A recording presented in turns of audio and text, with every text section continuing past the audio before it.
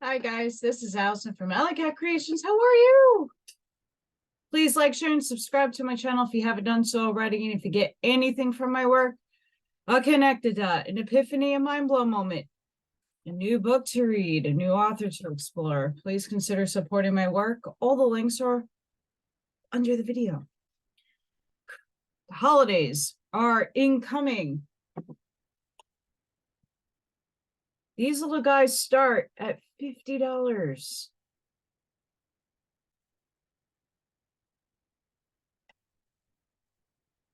They're minis.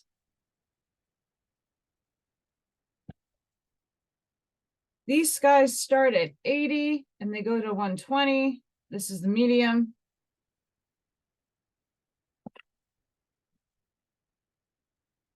This is a little medium.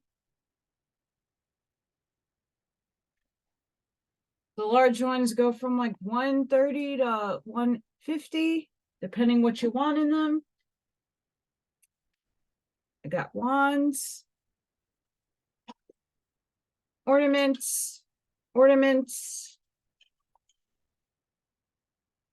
It's a weird color. Ornaments. And I have little ornaments that I personalize with whatever you would like, with some glitter and sparkles for the tree. I have a lot of different colors. They're not all downstairs. I'm stringing them up so that you can put them on. If you do trees, if you do decorations around your house, I got a lot of that stuff, and those start at $5 for the small and $10 for the big, and that includes shipping. So, and I could personalize it with names, and I could put Merry Christmas or Happy Holidays, whatever you would like. I'll be whipping those out. I'm taking photographs at the moment to put them up on my website. And again, my website, there's nothing for sale. It's just to see what I make and then email me.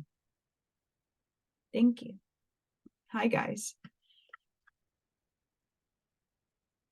We're going to go back to this book because it's vital. We get it. We need it. Got to get it. So the last couple of days, the Schumann has, the last 2 days, yesterday and today, the Schumann has been spiking a lot. And yesterday, unbeknownst to me, I wrote somebody a comment in YouTube, because a lot of people like to give me biblical quotes. But again, Council of Nicaea, go look at the texts from other people's work, and you're going to find out that not everything there is legitimate. And I channeled by writing. I don't ever do that. I usually, it just messages flow through me. But yesterday I typed, and that was not me that typed. It was Yeshua and Hillel. They worked side to side together, and they both utilized me when at will. I got a lot of downloads yesterday about that. A lot. Fun times. So this is Beyond Good and Evil, Friedrich Nietzsche. And this is section 17. With regard to superstitions and logicans, something like that, I shall never tire of emphasizing a small terse fact, which was, these superstitious minds hate to concede, namely, that a thought comes when it wishes and not when I wish. So that it is a falsification of the facts of the case to say that the subject I is the condition of the predicate.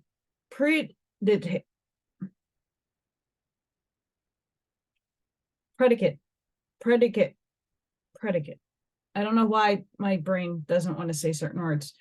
Think. It thinks, but that it is precisely the famous old ego is.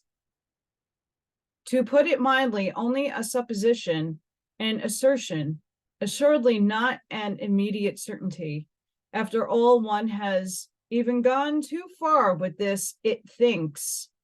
Even that it contains an interpretation of the process. It does not belong to the process itself. One infers here, according to the grammatical habit, thinking is an activity. Every activity requires an agent constantly. It was pretty much according to the same schema that the older atomism sought, besides the operating power, the lump of matter in which it resides and out of which it operates, the atom. More rigorous minds, however, learned at last to get along without this earth residuum. And perhaps someday we shall accustom ourselves, including the logicians. I want to say it's logic ands, to get although without the little it, which is all that is left of the honest little old ego.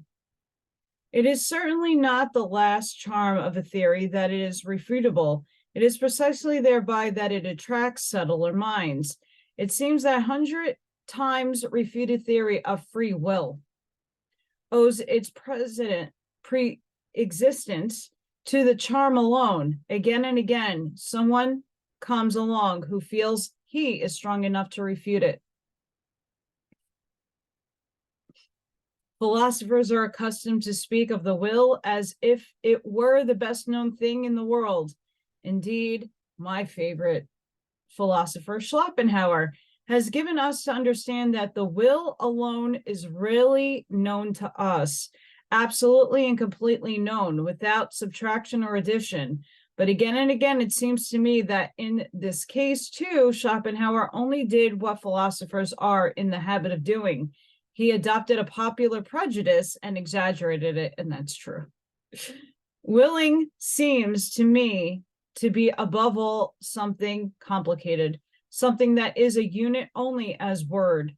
And it is precisely in this one word that the popular prejudice lurks, which has defeated the always inadequate caution of philosophers. So let us for once be more cautious. Let us be unphilosophical. Let us say that in all willing, there is first a plurality of sensations, namely the sensation of the state away from which, the sensation of the state towards which, the sensation of this form and towards themselves, and then also an accompanying muscular sensation, which even without or putting into motion arm and legs, begins in its action by force of habit as soon as we will anything. And this is very important to understand, and I know it's like the metaphysical philosophical wording and language and phraseology that trips people up when reading stuff like this. But we all want to manifest a new world, and we have to figure out, oh, like things are just not going to happen in a snap. In time, when we move forward and expand, it will come quicker, but we're not there yet as a humanity to even be snapping fingers and materialized objects happen or events happen to us. You have to will it into manifestation, and you have to put action into motion. It's the hermetic laws, universal laws, whatever you want to dub them. You have to make the changes. You have to physically do something in order to have a reaction, an end result, whether it be a click, whether it be making something, whether it be advertising, whether it be looking, actively looking and willing the intention to happen, whatever that is. You see how words are tricky and they're spells. And when you read philosophy, a lot of the wording, if you're not grasping it, it's because a lot of things have been eschewed in our learning. As I can't project words properly, so Therefore, just as sensations, and indeed many kinds of sensations, are to be recognized as ingredients of the will, so secondly should thinking also. In every act of the will, there is a ruling thought. Let us not imagine it possible to serve this thought from the willing, as if any will would then remain over. Third, the will is not only a complex of sensation and thinking, but it is above all an effect. And specifically, the effect of the command. That which is termed freedom of the will is essentially the act and effect of superiority in relation to him who must obey. I am free, he must obey. This consciousness is inherent in every will, and equally so the straining of the attention, the straight look that fixes itself exclusively on one aim, the unconditional evaluation that this and nothing else is necessary now, the inward certainty that the obedience will be rendered, and whatever else belongs to the position of the commander, a man who wills command something within himself that renders obedience, or that he believes renders obedience. So in the operations of the life, we have to be obedient to making those changes that we all want to see happening in the world. We just can't expect outside elements and people, places, and things to make the changes for us. It starts with us. For the example, last year at this time, I was getting ready to move. I had to put my will into focus and go with the flow of the universe in order to make that move happen. I had to walk the steps. I had to physically pack. I had to go get a realtor. I had to go close on the house. I had to do a lot of things in order to set forth in motion my change. I also had to change my mindset. I had to detach from everything that I once had. I had to make sure that I was able to physically get from point A to point B safely. If I didn't put my focus and put my actual momentum into something, it wouldn't have manifested. It's not like, boop, I moved and everything is here. Like, it takes steps. It takes time. Nothing happens overnight. And this is really what you're the commander. You're putting your will into motion and putting action into motion to have it and effect happen in causality and the outside world. Just wishing for something to happen. I wish.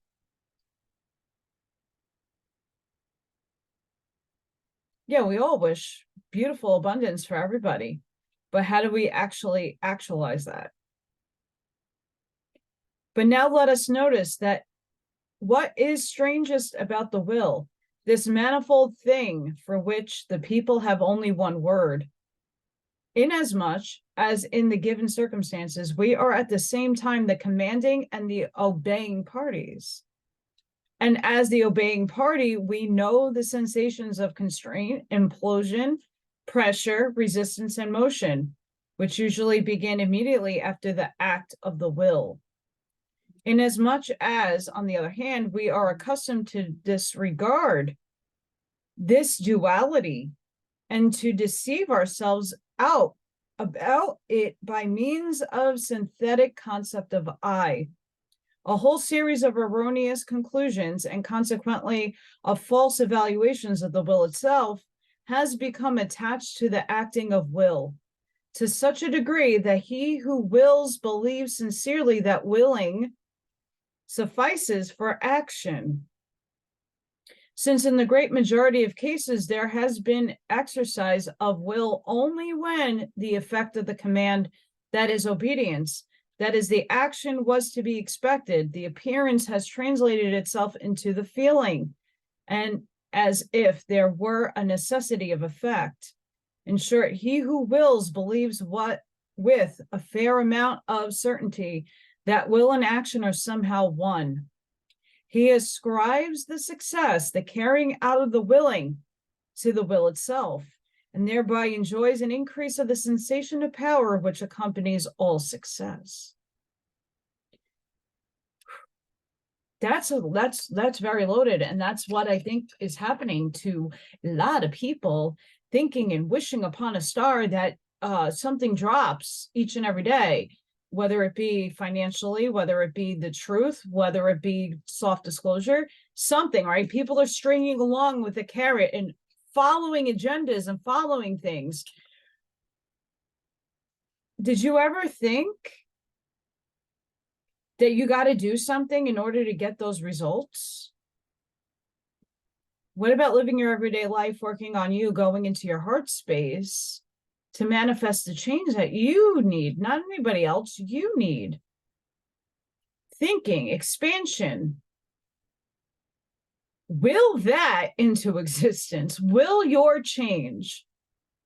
Because I'm going to tell you right now, you're going to be waiting a very long time, racking up credit card bills, racking up, not paying your taxes, not doing certain things that, yeah, we don't like to do.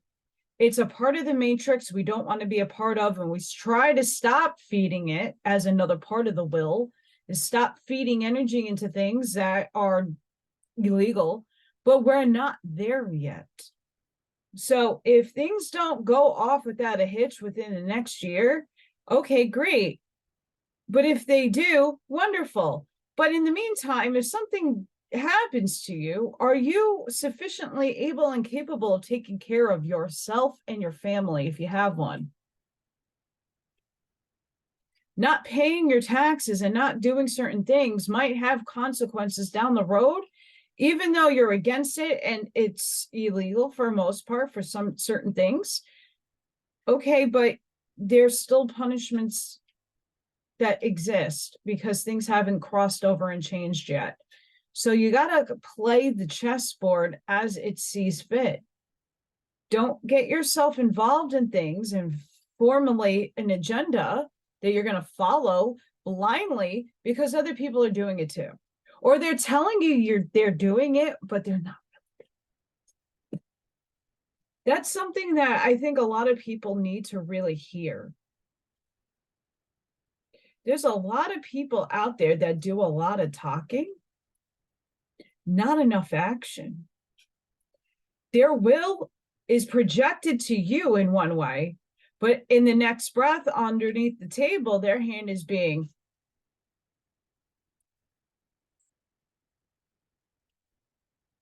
think about it. We are all here to try to survive and to help one another out. But a lot of people I've been noticing is just freely willing, giving their energy away. Just freely going along with an agenda without going deep inside and asking thyself, is this really what I feel? Whatever the agenda it might be. Is this really logical and rational for the rest of the world? Because really think about it. If all these people are going to get arrested or the military decides they're going to deploy, okay, how many times do you hear this stuff constantly and you see pictures of troops deploying? I could pull that picture out of my ass. They're deploying all the time. I've dated people in the military. I know this very well. I know many of you and many people have been in the military. You get deployed, you get told this is where you're going. You might get orders. How many years do we have to stock up? You should already be stocked up. You should be prepared regardless of your scenario. And there are people out there, poor people, that can't afford much of anything. I know I'm dating somebody with that situation right now. Okay? They don't have the freaking resources to stock. Are you going to provide your entire town food, clothing, whatever? Because you're the one and only person that is awake that can help. You're going to help 50,000 people in your small city. What? Is that logical and rational? Think about how many percentage of people are not awake. It is much broader and wider than you think. And there's levels of being awake. Do you really think a lot of people are in the awareness that many of us are in? Do you really think you can go to the supermarket tomorrow and drop a silver coin on the counter and take your groceries? Oh, but this bank, that bank, this bank. Do you really think they're going to collapse everything so everybody around you is in mass chaos and there's going to be hell in everywhere you go? No. Logic and reason. As abstract and spiritual as my mind goes, I'm still grounded here in reality in this matrix game. Are you playing the game? Are you aware of the game? We really need to look at both sides and how the chessboard is moving forward. And it's trickier moves each time. And within those moves, there's a lot of time being burned. This is not speed chess. This is efficiently being manipulated on both sides to see and declare a winner. And those strategic moves keep making one move up, the timeline shifts. And now we're on a different path. And that next move, counteract, that timeline moves. So we're always forever, yes, timelines are merging, but that's on a greater galactic scale. On an individual basis, on an everyday basis, again, are these people putting food on your table? Are they helping you out with your bills? Is there a stimulus check going to everybody? And don't fall for those scams on YouTube. Every freaking commercial. Oh, it ends tomorrow. Okay, and that's been playing the last month. Stop. Do you know how many scams are going on right now? Things are desperate. People are desperate. And there's a lot of people hurting. A lot more people hurting right now. We don't have an unlimited, well, they do, but we don't have an unlimited supply of fiat currency. Excuse me, I have hiccups. Upstairs wants you to go inside and do the work and start questioning the things that you're hearing from everybody. The information that is being fed to you, I stopped. I really did. I don't go on, as much as it looks like I'm on Facebook, I'm not on Facebook. I leave everything open, and once in a while I'll browse for a good meme on spirituality or an affirmation or something good to impart on people. But otherwise, I'm not paying into anybody's agenda. I'm not being steered in anybody's direction. I'm objectively looking at what is presented at me, going here and asking myself, okay, so how do we move forward? What scenario is this? And if it doesn't align with me, I wave it goodbye and thank it for its being in my life to keep me pacified, and bye.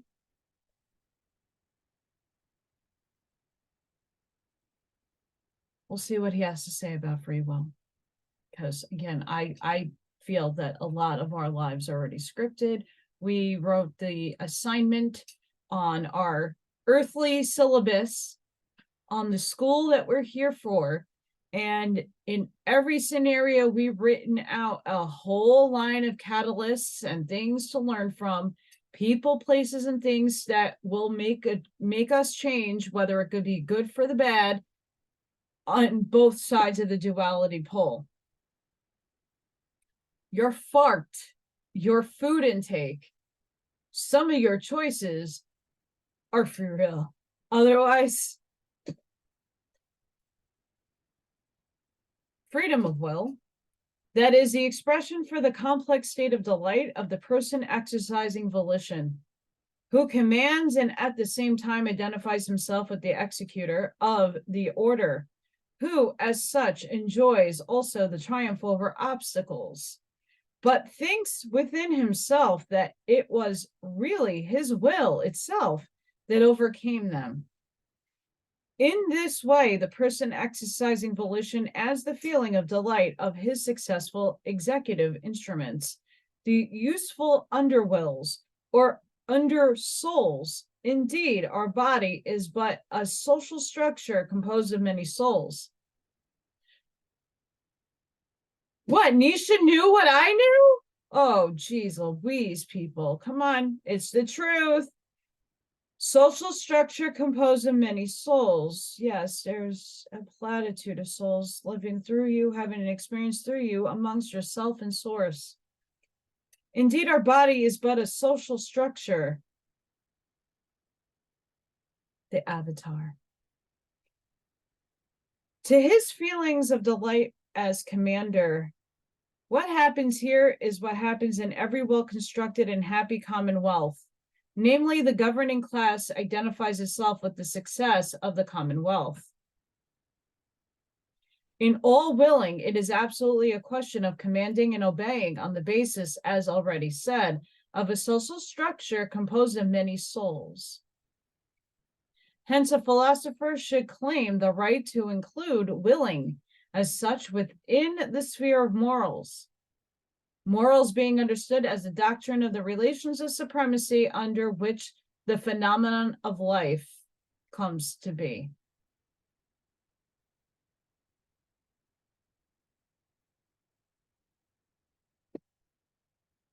So how do we will our intentions with putting action into motion to have a cosmic change, so that the alignment that we're all seeking together, you know, there might be different things in the underlying undertow of those thoughts, right? Everybody wants everybody to be abundantly happy. Everybody wants to make sure that there's no more homeless, that people are not going hungry, that everybody is content with having their needs met.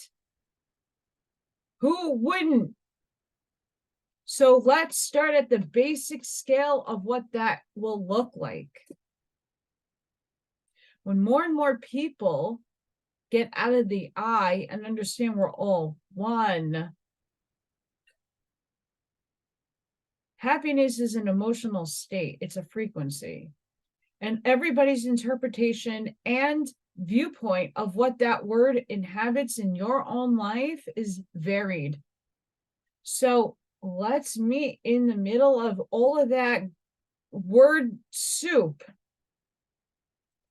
and really think about connecting what we all want and wrapping it up in a box and making those changes. So we put that tuning out into the ether so others can pick it up and say, okay, I want everybody to be content with abundance, with prosperity, with more opportunities. Because you can give somebody $1 million and that will change their life, but how long will that $1 million last, and what they do with it is no more of your concern. Putting somebody on their feet and giving them a hand is worth $1 million and would be a better choice, because that makes somebody do the work. And even if you are older and you already lived your life and you were on retirement, you still can put the same amount of energy into something so that your lineage can succeed. My water sounded like an elephant.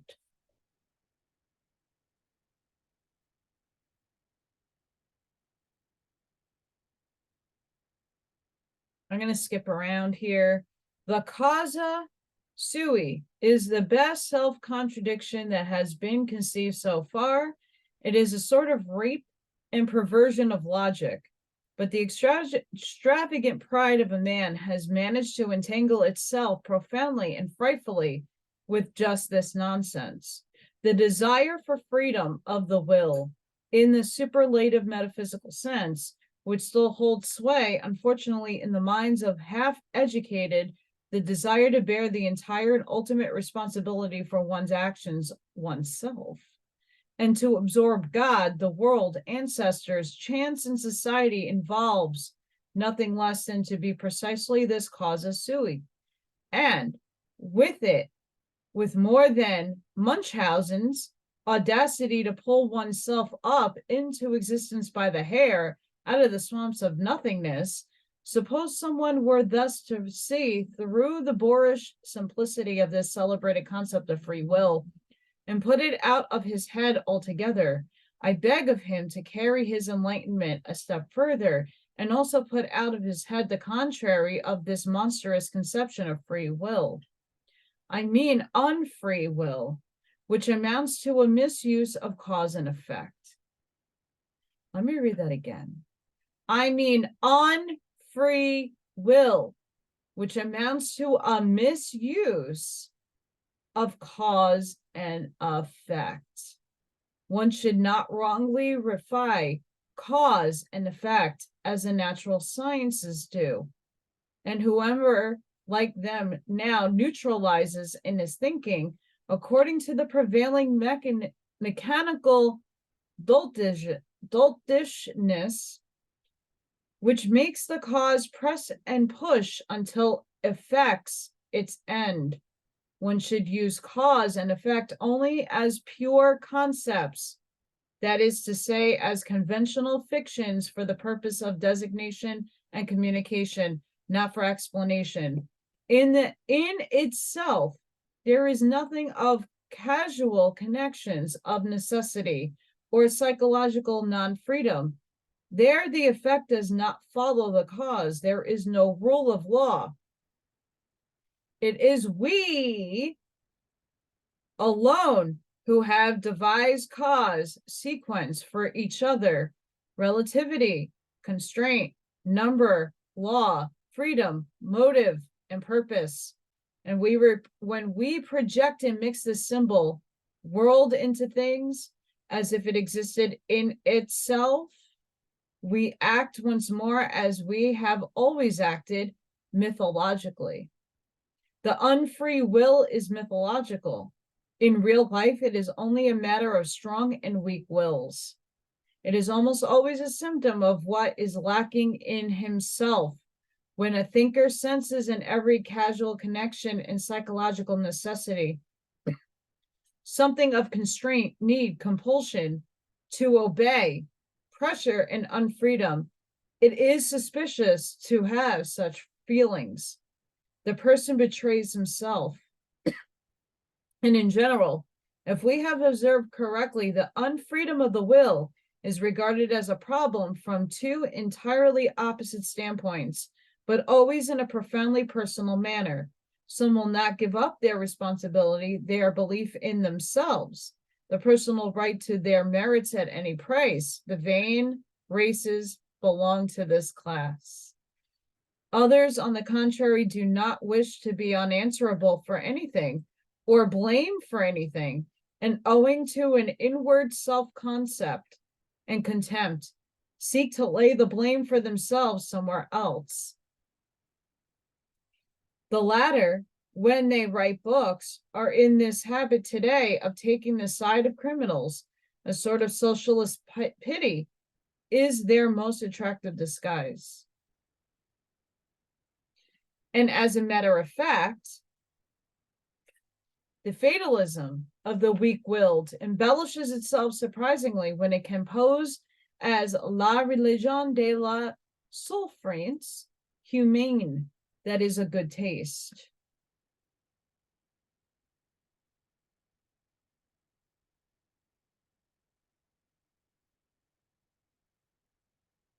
All psychology so far has got stuck in moral prejudices and fears.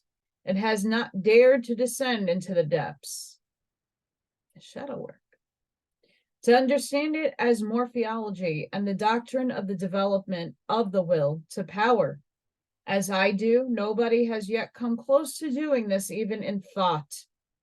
Insofar as it is permissible to recognize in what has been written so far a symptom of what has so far been kept silent.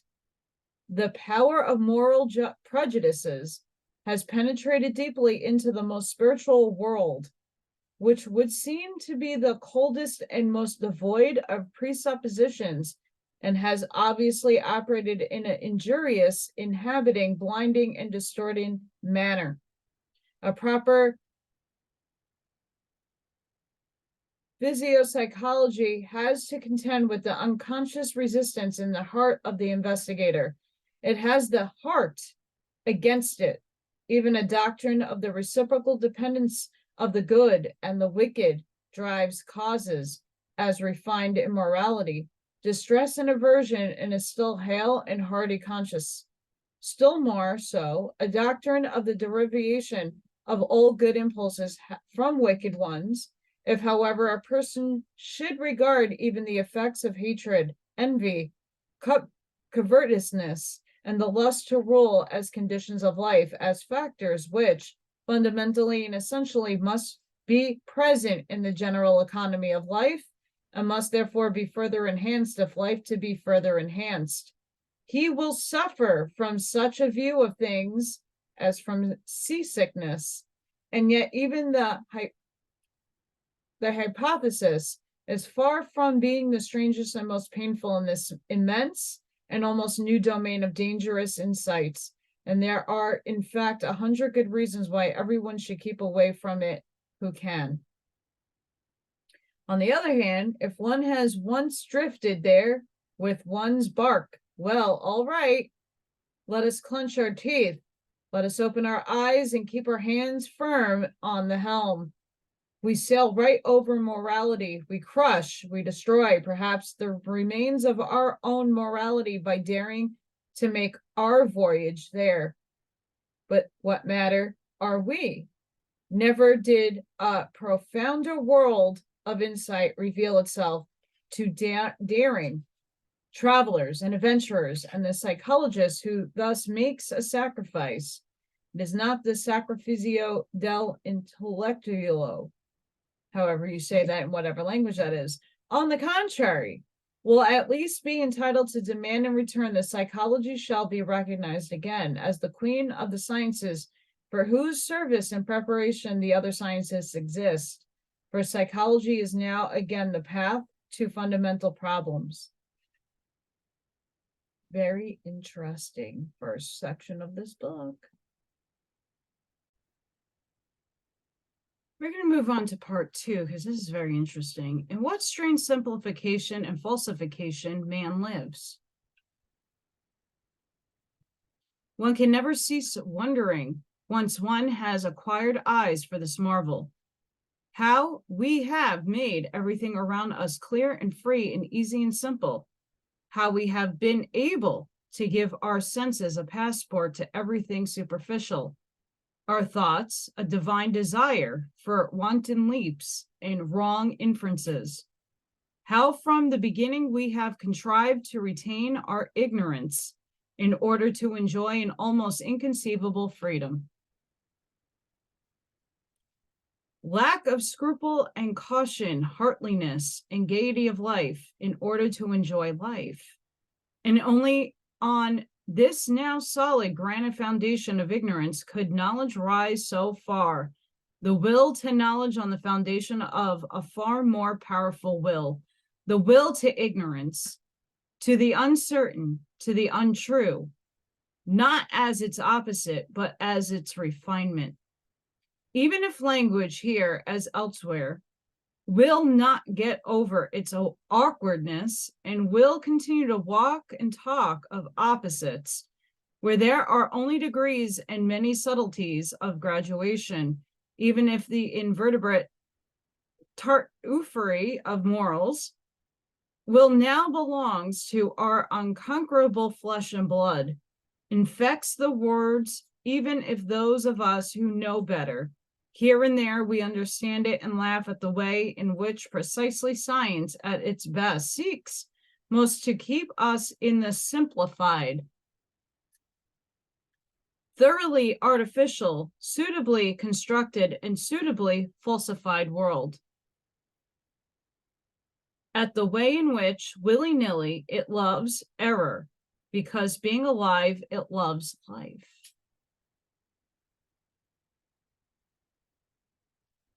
Wow. Even back then they knew. That's a little scary. After such a cheerful commencement, a serious word would like to be heard. It appeals to the most serious.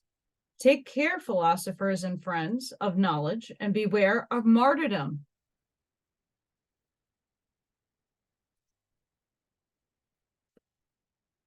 My page is stuck.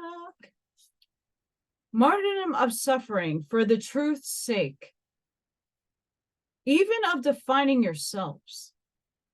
It spoils all the innocence and fine neutrality of your conscience.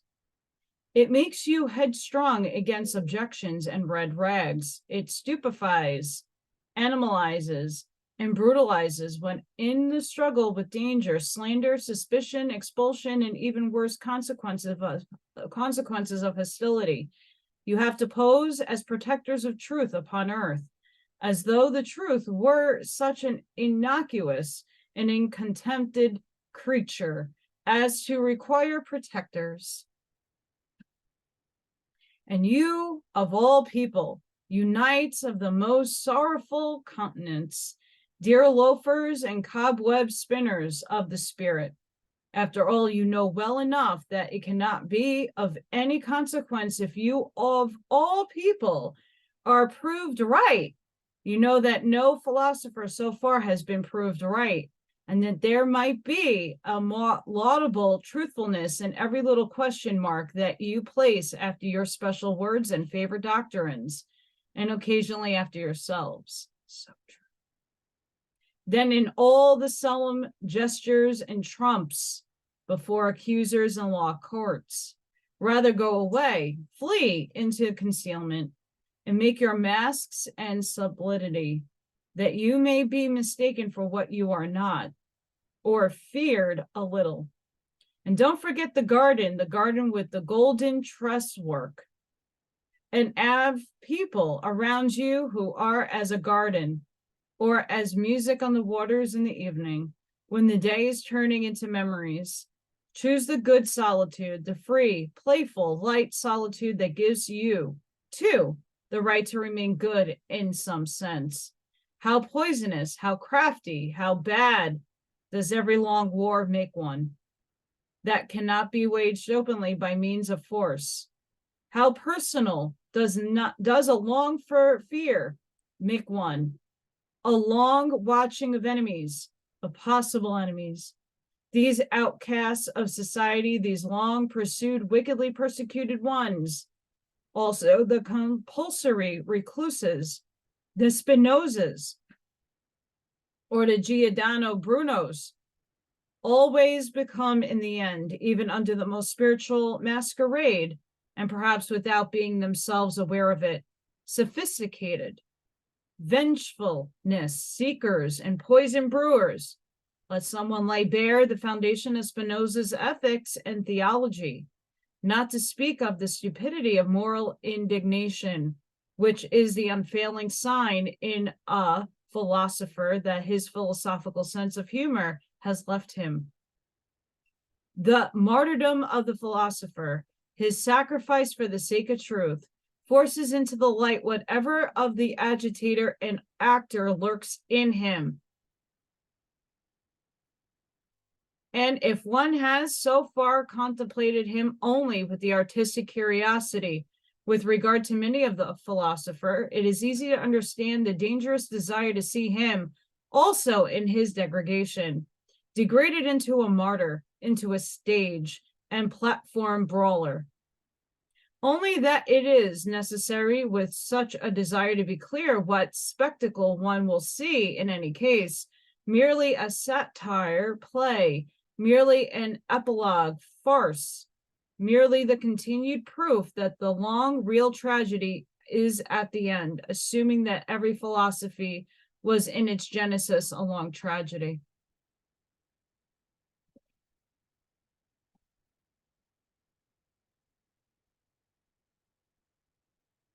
That just spoke about the entirety of a movement.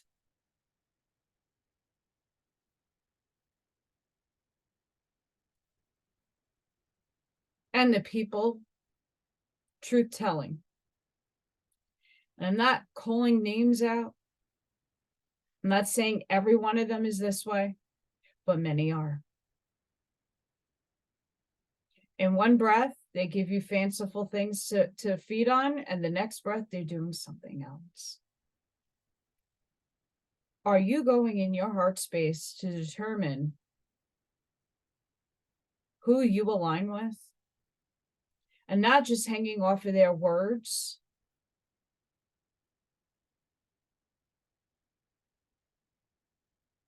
even the documents, even the websites, the news articles, the magazines, all these fanciful things that we see that's showing us tangible evidence. Is it really tangible? Because look at what happened in 1984. There's always a narrative. There's always an agenda being scripted before you. Are you going into your heart space to know if that is something that you need to follow or not?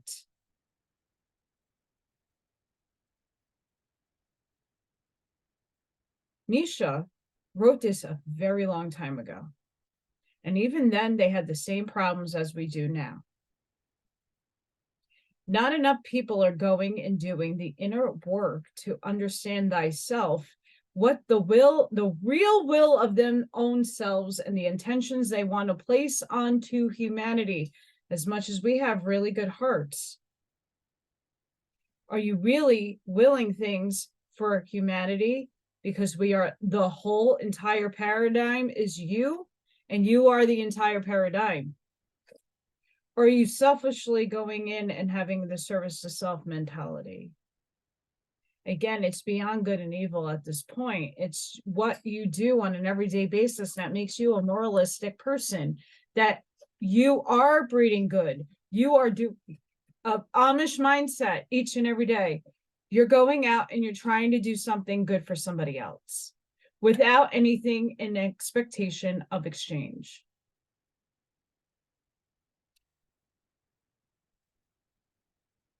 Are you going and putting your foot forward and speaking truthfully always?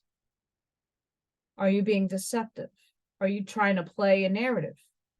Are you trying to steer strife, conflict? There's a lot of the undertow happening right now in society and the energies that are happening. The Schumann was off the charts, like I said in the beginning of this video, like crazy. And further, I'm being driven into my own self, but given outwardly external situationals that I have to deal with. Things that are not easy to traverse, how I word things, how I go about my feelings on an every moment to moment basis is my free will. And the choices that I'm making, what is it that I need to be doing and steering myself so I can survive? Who's helping me along the way?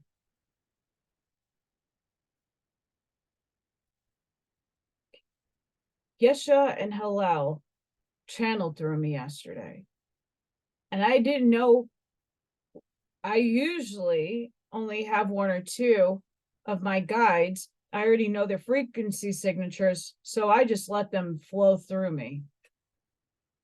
This was next level energy. And they told me, oh yeah, we always been coming through you. You're just now accepting it and you are now embodying it. For you are me, a test to humanity, because I don't look like someone that would walk a righteous path because of the way I look on my outwardly external life. I challenge people. Doesn't make me a bad person because I dress a little rebellious, because I know my shadow. We need to strive as a society to start having that conscious unity and stop the hatred for others, knowing that God and Source is playing a role through each and every one of us. And each and every one of us are flawed. We have imperfections. We are obtaining the perfection. We're not there yet.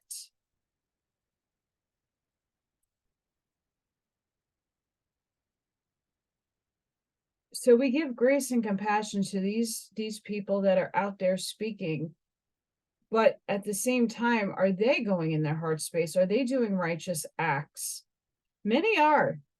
But there are a lot more people who follow big names as idolizing big names because they have this. And what are they doing with those funds? Are they giving it back and putting it back into the community? Or are they hoarding it for themselves? Are they helping people get back on their feet? Are they using the words, the platforms, and the things that they have for being content? That doesn't mean doing anything over the mark. I know that in my own little world, I put out there and I give way more than I receive back. And that comes from a whole line of different things that I do. I'm on the phone, I'm emailing people, I'm dealing with a boyfriend with a situation that's not easy. I am willy-nilly with my time because I know it helps other people.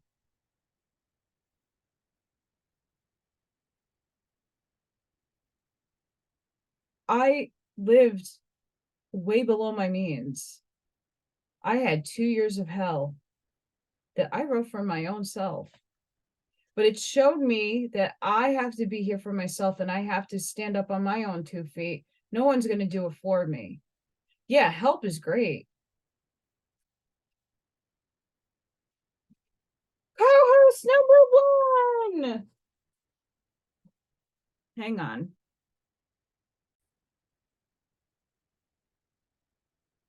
I don't know what she wanted, but it was nice to see her down here. Yes, she's still alive and that dealing with that too. Craziness. And the last section I'm going to read today. Every choice human being strives instinctively for a citadel and a secrecy where he is saved from the crowd, the many, the great majority, where he may forget men who are the rule, being their exception, excepting only the one case in which he is pushed straight to such men by a still stronger instinct, as a seeker after knowledge in the great and exceptional sense. Anyone who, in intercourse with men, does not occasionally glisten in all the colors of distress, green and gray, with disgust, anxiety, sympathy, gloominess, and loneliness, is certainly not a man of elevated tastes. Supposing, however, that he does not take all his burden and disgust upon himself voluntarily, that he persistently avoids it and remains, as I said, quietly and proudly hidden in his citadel. One thing is certain, he was not made, he was not predestined for knowledge. If he were, he would one day have to say to himself, the devil take my good taste, but the rule is more interesting than the exception, than myself, the exception. And he would go down, and above all, he would go inside.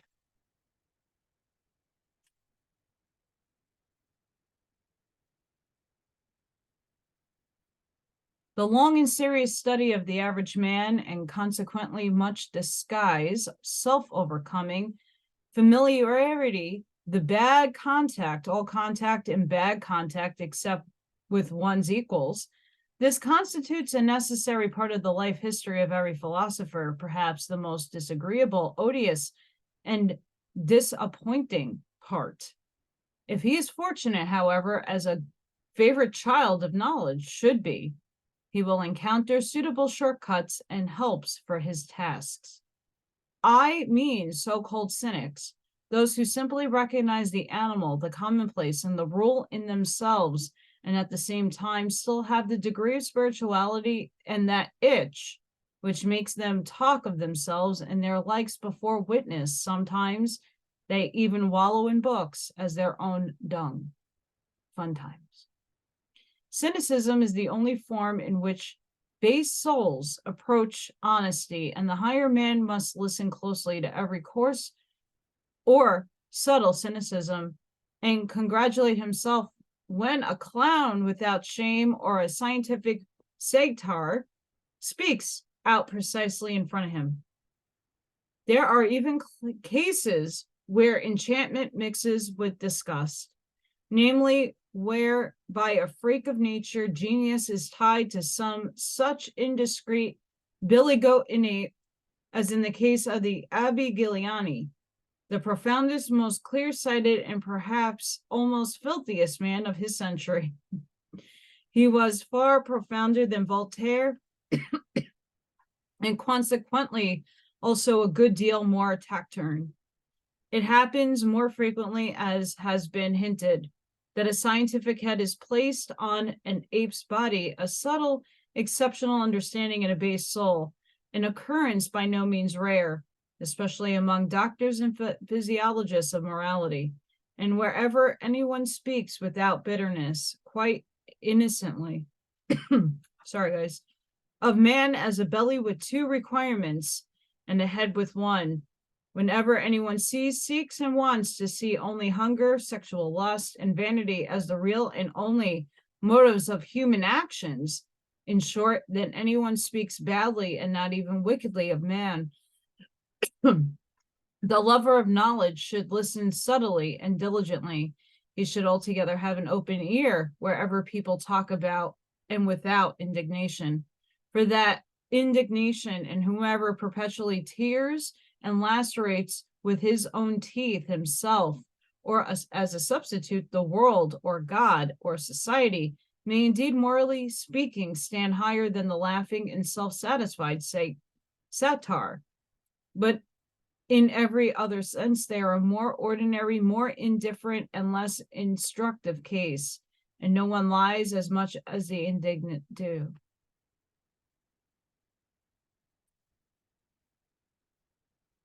This is a very interesting section of the book, and one that we really need to think about and reflect upon.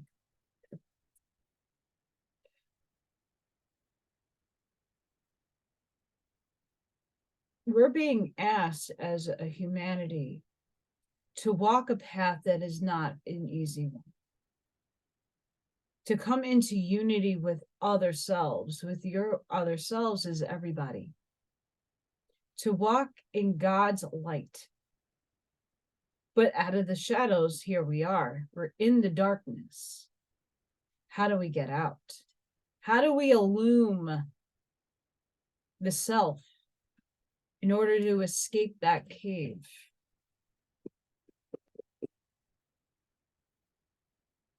How do we deal with ourselves and yet humanity at large? How do you look at both sides objectively? How do you look at humanity? Do you see the God within everybody, or are you just seeing the God in some?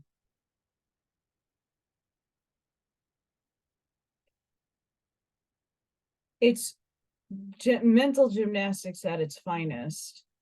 It's heavy psychology, but it's also heavy philosophy and metaphysics.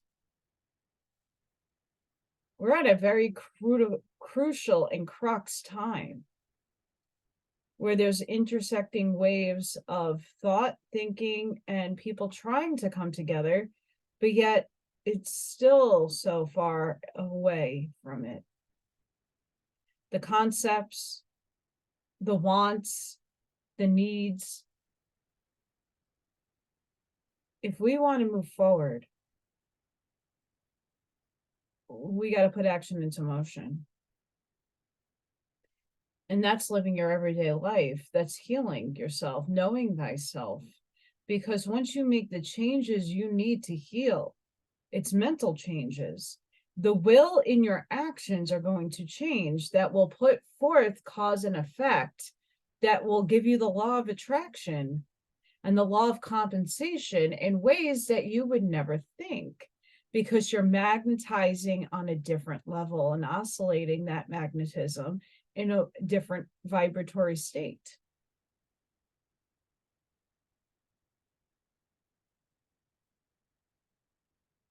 What he's going over is the generalization of humanity and the people that we embark and see on an everyday basis. The common man. What are you going to do on your everyday basis that's going to make your life a lot easier and makes you go in and do the work so you can fruitfully go forth and spread that illumination of yourself to humanity? We are in the darkness. We're in the negative polarized aspect of third density moving into fourth, and if not already in fourth, we didn't see the light yet. We're becoming the light. So what are you doing? Are you putting things into your world that are going to be a benefit to all? Because what you do to yourself is going to help everybody. That's the thing about service to self. If you're servicing yourself so you can have a full cup, so you can impart it on humanity, then that service to self is dignified and it's necessary. Or are you just saying that you're doing everything for everybody and you're doing the work where you're really not doing the work, and you're really not changing your mind, but you're talking it out into existence as if you are? Your expectations of what you're manifesting are not going to show up the way you want them to be expected. There should be no expectations. If you put something out there and it's meant to be in your pathway, it will come. If it's not meant to be in your purview, it's not going to come. There's many things that we need to realize, that we all wrote our stories. How do we use what will we have to bring in alignment the things that we wrote in for ourselves on the higher timelines? Predestination.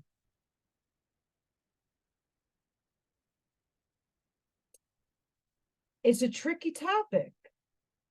But if God wrote all of this with amongst all of us, then we wrote our story. We put in things for ourselves.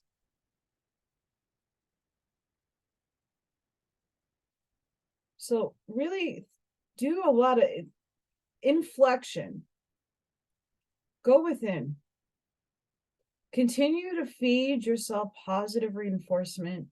Continue to pick yourself up when you fall, because no one's going to do it for you. You got to do it yourself. And that was one of the hardest tasks I had to learn. When I fell, and I fallen several different ways and several different times in my life, and some were really harsh than others. I had to pick myself up.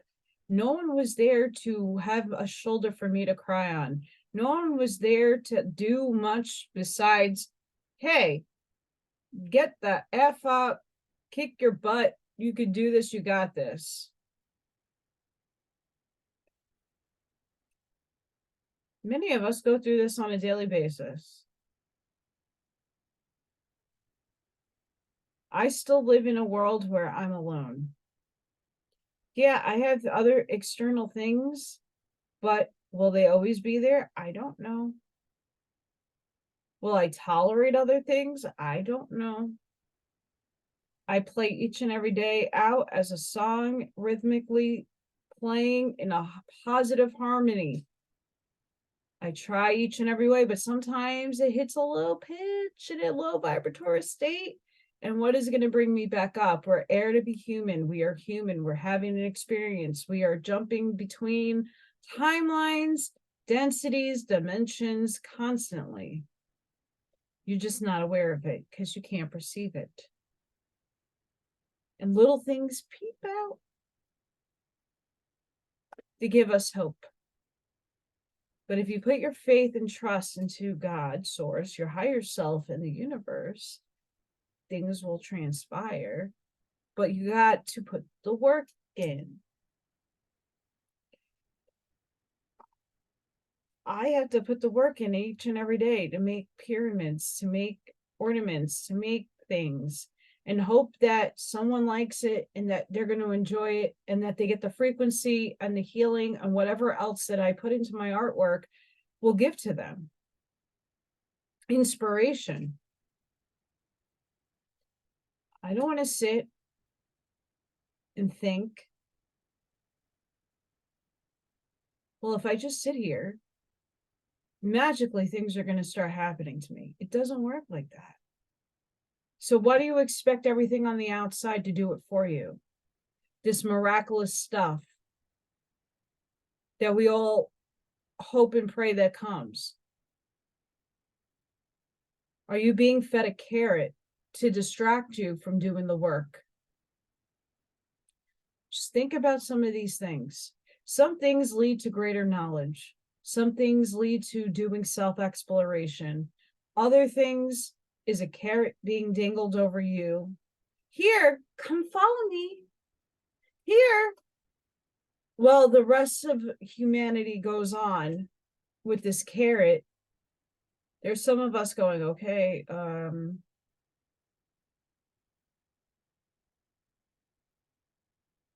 do we get everybody on board to be united and to bring the unity together? That takes a near-death experience, doesn't it, now? Because that's the path we chose.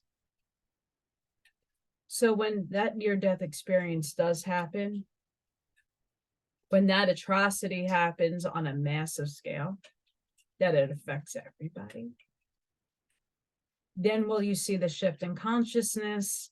You'll see the expansion happening with not just a few, but with a larger sum. And you'll start seeing some changes because everybody will start acting and putting change and making that manifestation really actually happen. Again, I had to do the mental gymnastics to change my mind in order to put myself in the right frame of mind to will it into manifestation into the material world to move. I had to will myself to get inventive and creative in how I'm going to keep my lights on. I had to really formulate what am I putting into myself to help humanity. And I had to really put my foot down and put my boundaries up to stop following nonsense, a carrot on a stick. Because if I followed that carrot long enough 2 years ago, I would not be here. You would not see me and I'd probably be dead. Because there's no way I'm living on the streets. I didn't follow that carrot. I followed my heart. I was deceived too. Are you being deceived? Are you allowing yourself to be deceived? What are you feeding yourself?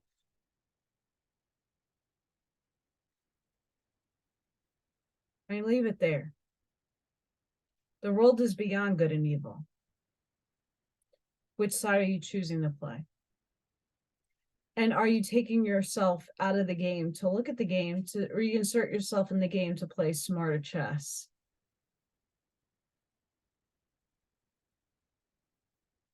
That's what we need to focus on right now.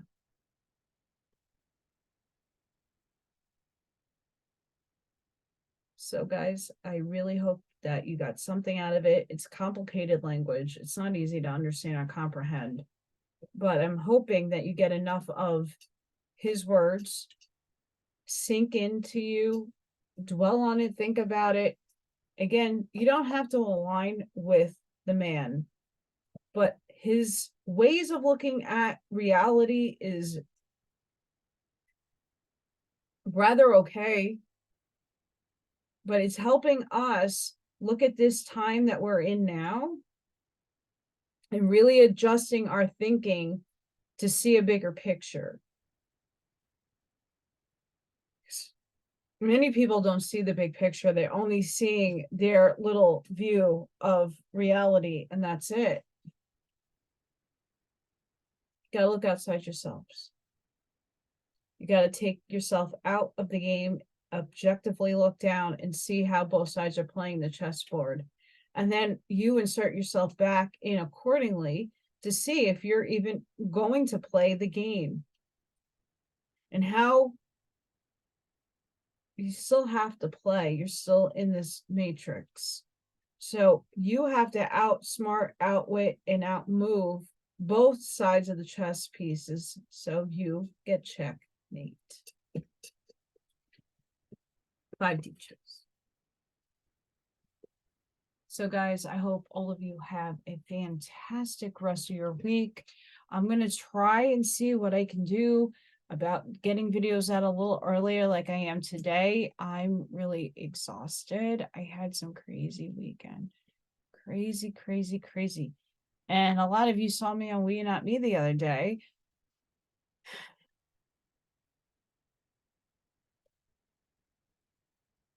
And I know there was a lot in the undertone there.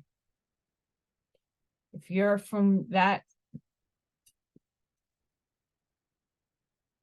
thank you for showing up and thank you for supporting me. I didn't get gifted. You know, God, source upstairs gave me a very unique talent, a very unique gift of being extremely abstract and very misunderstood. I have artwork that is my medium. And I used to also be a professional dancer. I was a ballerina, but my body chose the art over the dance. I have a lot of multi-talents in my blood. That's just me. And I want to thank everybody for supporting my talents. I didn't get a gallery to pick me up. I didn't get somebody to get me on the market. I didn't get anywhere. I've been a starving artist since I could imagine. I had a couple of shows. I tried. I'm not everybody's cup of tea. I don't play the game the way everybody else plays the game. I go in with a conscience and a heart. My work should reflect itself. It shouldn't reflect what I look like on the outside. I don't need some robotic language to explain my artwork when someone can do that for themselves. So I want to thank everybody for the support for myself on WeNotMe yesterday, because I know a lot of people messaged me, and it's okay. Things will transpire the way they're supposed to, how we run our scripts. But thank you for the support, and I want to thank everybody who has been helping me keep myself fed and keep my lights on, because we're getting at that point again, and I'm going to have to really get a job, and then I'm going to have to remove myself completely because I'm exhausted. It doesn't look like a lot, but what I do is it's time consuming and it's laborious. It's an exhausting day. And then I'm dealing with everybody and everything else going on in the world. Sending each and every one of you love, light, protection, shielding, compassion, and grace. Please don't forget to like, share, and subscribe. And again, if you're interested in Cute little ornaments. These are not expensive. They are. This one in particular is $10. And that includes shipping within the United States. The amount of money that the epoxy costs me is over 150 bucks. It's a lot of money. But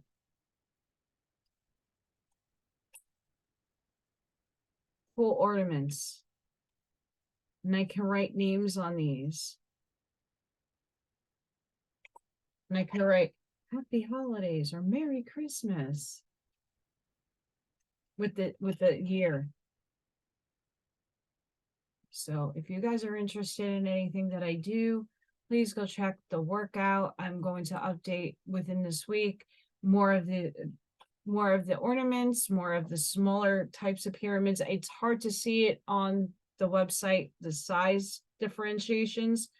I'm working on that. I'm limited in the technology I have with pictures and yes. Anywho, I hope to see you guys on the next one. Please be safe, be seen, and have a wonderful day. Bye, guys.